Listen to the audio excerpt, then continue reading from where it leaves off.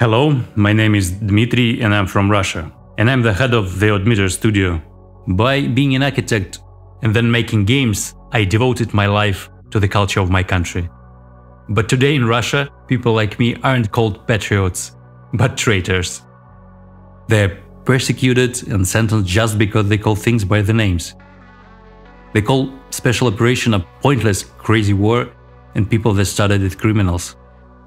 Many of us who disagree with the regime that allows crimes against innocent people in Ukraine even had to leave the country. I think this war is largely a consequence of the political infantilism of Russians, which is rooted in Russian Orthodox culture where obedience and patience are the main virtues, constant repentance turning into almost self-hatred.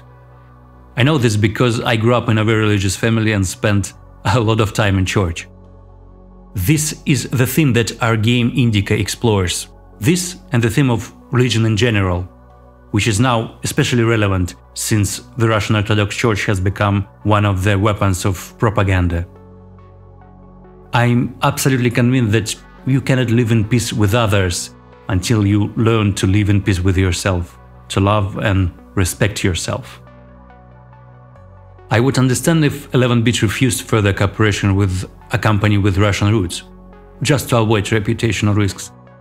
But I believe it was important for them to support the message that we promote, because 11-bit took a strong anti-war stance from the first day of the war.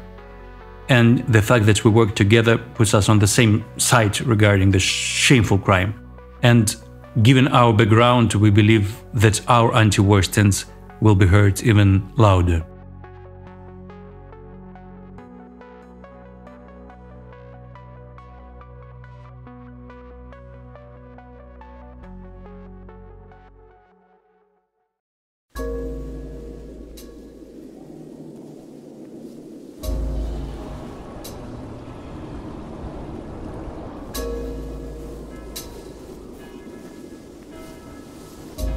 Привет.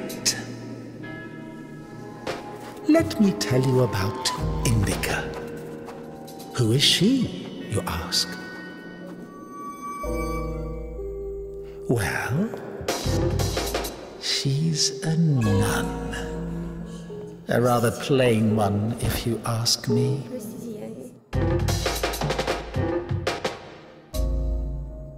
She prays a lot, works hard. Really hard. On top of that, she's obedient and humble. Goodness, she even finds some time to chat with, what do you call it? Chot. Poor girl. Of all the boring places, why do you want to go to heaven?